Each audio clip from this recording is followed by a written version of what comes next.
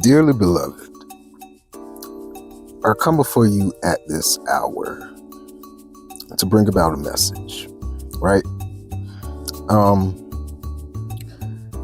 There's been a recurring pattern that I can no longer ignore, a kind of cultural glitch, if I can say so myself.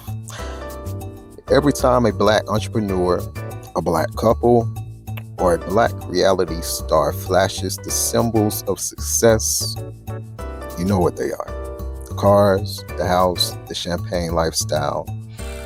There's an automatic assumption that we're witnessing Black excellence. But lately I've noticed something else. Behind the glossy magazine covers and the influencer reels, some of these same success stories are entangled in indictments, lawsuits, and moral contradictions. Think about it. Example number one, the Turkey-led Hut founders out in Texas, now facing controversy and jail time over taxes, lawsuits, and conspiracy acts. Example number two, the Uncle Nearest brand, once hailed as a triumph of legacy restoration. And part of that, might I add, was someone claiming to be a long lost descendant of a Black whiskey founder. They are now entangled in legal disputes over ownership and management ethics. Example number three. Also, let me go back to example number two. There's also been a claim that they don't know who all exactly owns shares of their own company. Example number three. Even a few Bravo housewives whose storylines built empires off the image of having it all have been facing federal investigations, criminal charges, and or public disgrace. Need I say names?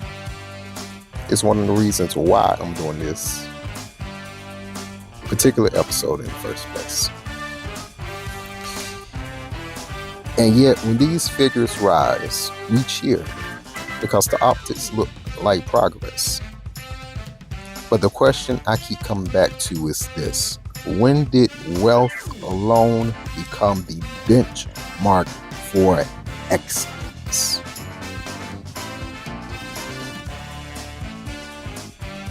For generations, systemic exclusion from obtaining wealth and power made representation itself feel revolutionary.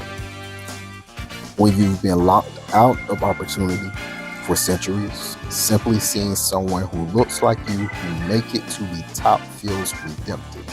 Some would even say sacred or divine. So we learn to celebrate the appearance of success as a collective victory. And don't get me wrong, there's nothing wrong with celebrating individual wins and or gains. A new job opportunity, an award, completion of a higher education degree, an upgrade in housing, being the first person in your family to cross a certain socioeconomic threshold, the attainment of higher status, or what some would consider luxury, became proof that we could win in a system designed to keep us out. And that's understandable, because who doesn't want better or more for themselves, right? Because survival lends itself to symbolism in a way. But here's the problem.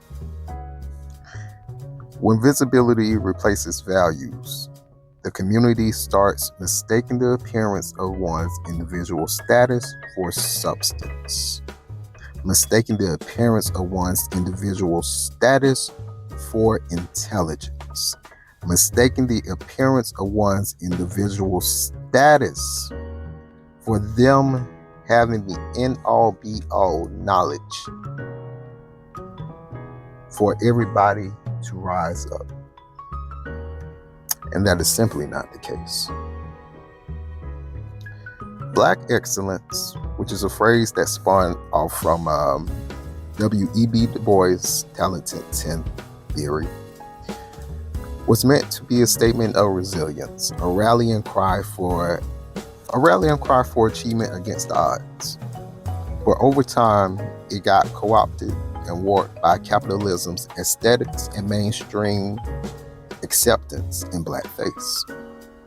Designer brands, curated luxury, wanting to only reside in certain neighborhoods far away from your native community, needing to be in certain groups or clubs that mimic white elitist social structures, wanting high follower counts on social media, and now pervasive soft life rhetoric. Soft life hard wig? Anybody?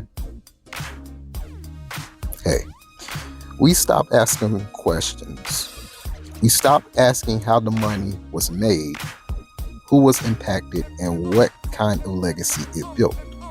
Instead, we became obsessed with proving that we could do it too, even if that meant replicating the same fraudulent systems that either exploited us or put targets on our backs, particularly if we lacked the resources to hide it long enough for the money to disappear offshore somewhere.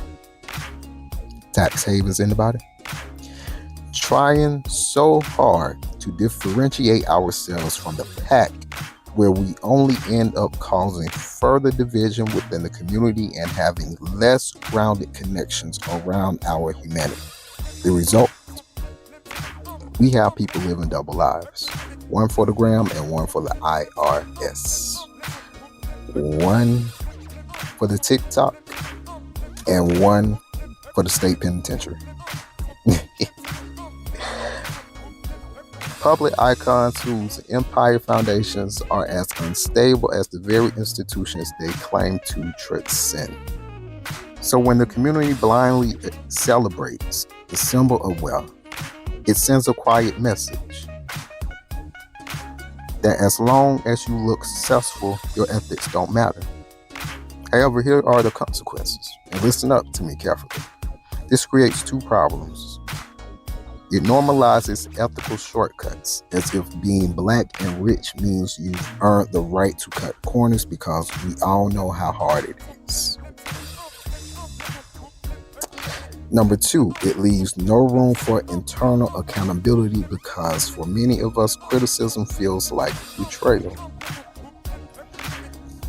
We say we want economic freedom, but we rarely talk about ethical wealth. We say we want community power, but we don't demand communal responsibility. And when those contradictions come crashing down through indictments, scandals, or moral exposure, it tends to reinforce certain stereotypes about black incompetence that we were trying to disprove in the first place. For example, the whispers of African people, i.e. Nigerians, being scammers. Or the whispers that somehow black people are lazy and that's why we are where we are. When that is far, far, far, far, far, far, far from the truth.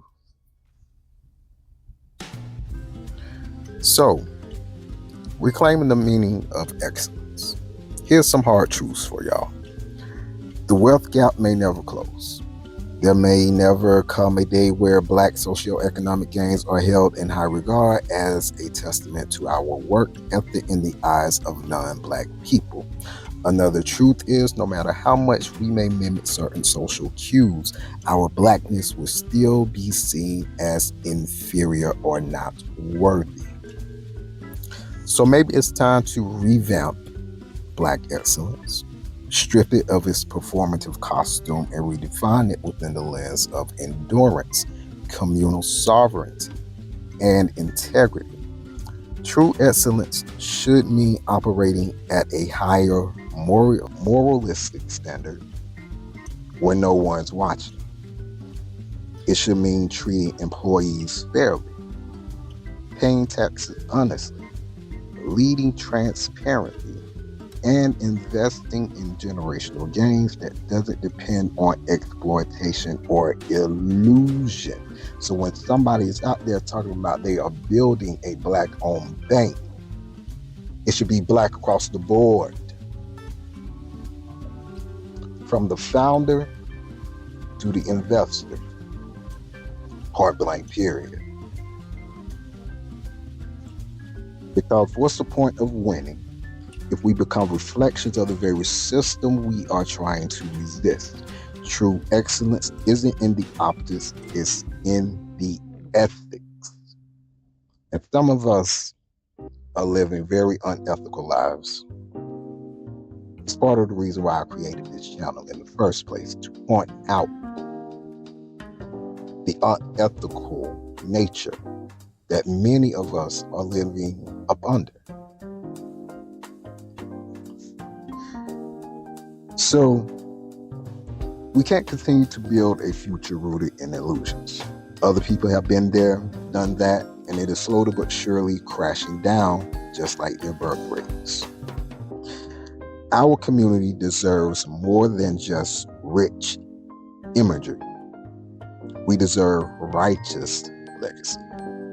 So the next time someone flashes Black excellence, let's not applaud the bag, the brand. Let's ask about the blueprint, and rightfully so, especially if they are exuding themselves to be a representation of Blackness personified. Let's make sure the story behind the success is one worth passing down. Because if our rise doesn't include integrity, then it's not excellent. It's just hypocrisy waiting to be exposed.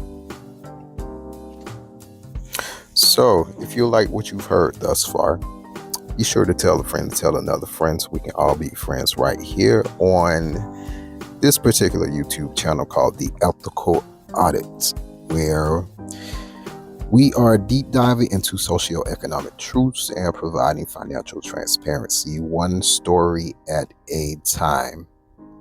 Dare I say, we're providing ethical transparency. So, in a day and age where everybody's publishing a whole bunch of stuff courtesy of the internet, there still isn't too many people that are taking the time to read it. And so what I'm trying to do is be someone that can help disseminate the information, that can help package it in a way that gives you clarity to certain subjects, certain views, certain ways of being, operating, that you may be conscious or unconscious of, so that we can just do better. You know, there's so much crookedness in this world, in this country, and it's time for us to do better. It's time for us to take that chance. You know, for far too long, too many of us have been playing it safe. And so what I'm hoping is the information that you gather from this channel will help you to be able to formulate ideas that you may have into taking action upon them and being courageous enough to gather other people to take action alongside with you, so that we can enact the change or become the change that we want to see in this world, y'all. That's it. So again, like, comment, share, subscribe, and I will catch you guys later on the next episode.